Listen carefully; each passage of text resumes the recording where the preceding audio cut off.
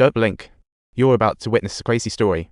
She suddenly pulls out a pack of medicine, irresponsibly forcing Chunmei to take it after years of marriage. She never saw Chunmei as real. The wife's health meant nothing to her compared to selling pigs. Knowing her sister was going to town to sell pigs, Zhengzhai recommended the trendy Dikliang coat to her. She insisted she must get one, saying, "Don't miss out. I've never tried Dikliang before. I have no clue about the price, but I heard it's cheaper than buying fabric to make one." "Really? I'll go check it out. Her pigs are fatter than little teddy bears." The villagers flattered her, and she boasted about pig farming, saying there's a technique to it, but others could see through her. Mere words won't cut it. Chunmei deserves credit for pig farming. She sold pigs for $108.54, thinking of kids' gifts. She mentioned wanting to stroll in town again, so a stranger handed her $8.54. "Let's save this $100 first and repay Uncle as soon as we gather enough. We're waiting for something big to happen. I'm just tagging along with you." Chunmei first bought her kids some pens and toy gun. She rushed to the store, bought 2 packs of fancy cigarettes for $1.08, then a trendy car pass, freezing her in awe.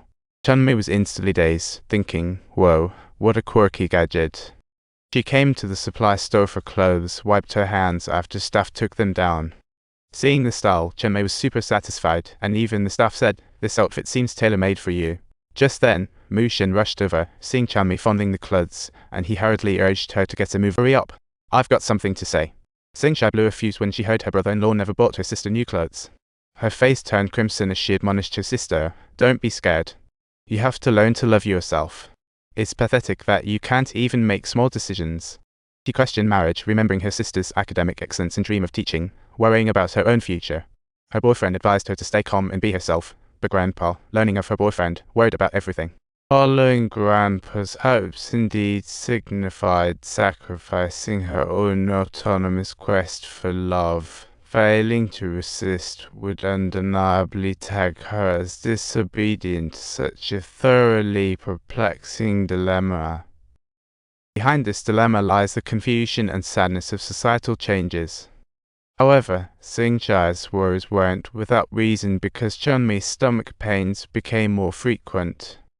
One day, she took her son up the mountain to gather firewood, and he innocently asked, "Mom, what's on the other side of the mountain?" She gazed at the endless mountains with a sigh, and after cutting firewood, she was soaked with sweat. As she stood up, a sharp pain shot through her abdomen. She needed to send her son home to inform her sister of the news. Her sister rushed to tell Dad, but Mu Shen couldn't care less. Daughter had her mom on her mind, and after insistently persuading him, Mu Shen finally agreed to let her go to town to buy medicine, while she was still stubbornly doing chores despite the pain. As Grandpa pointed out, behind Mu Shen's straightforward label lies his incompetence and cowardice. Even though he was hurt, he never understood or cared for his wife. After arriving back home on the very last boat, she limped over to sit down, intending to light up a cigarette for a bit of relaxation, when all of a sudden, his son shouted out that he was hungry and urgently wanted to eat. "Look at this." Whenever Mu Shen is absent for just a few minutes, he becomes anxious and restless, fully revealing his traditional male chauvinistic side. Chunmei returned home with a pale face, and the kids supported her inside with all their strength. Mu Shen scolded her for being incompetent, which is quite laughable. At this point, Mu Shen was like a baby, only demanding she tend the fire while whining. He displayed absolutely no patience towards his wife and children. Chunmei worked tirelessly to attain a luxurious lifestyle, yet she ended up being severely scolded by Mu Shen.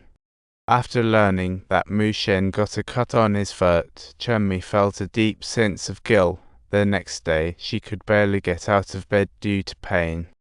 Zhengzhai hurried to care for her, exploding when she learned her brother-in-law gave her sister random meds. Mu Shen remained completely indifferent. The doctor gestured for her to sit down, but she nonchalantly and leisurely pulled out a cigarette. The doctor quipped, "Why didn't you bring her in for a check earlier? Now it's too late." The doctor's words hit Mu Shen like a thunderbolt, slapping him in the face because his indifference worsened Chunmei's condition.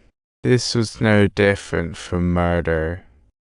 It was at the moment when his sister was being wheeled away to the brink of death that Xingzhe truly voiced what she deeply felt from the bottom of her heart.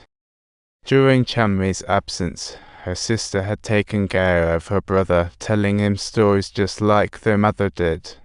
When Mu Shen returned home, Xingzhe imitated the mother, caring for the little giants at home. Chunmei, fetch water for Dad. Otherwise, it's Dad's fault. Mu Shen finally woke up. He realized it was he who ruined this family. Late at night, she found Grandpa and confessed, "I never considered Chunmei a person. Her existence is intertwined with my own soul. I'm such a fool. What should I do when the role of the child's mother is far more important?" Chunmei had liver cancer, but got discharged soon.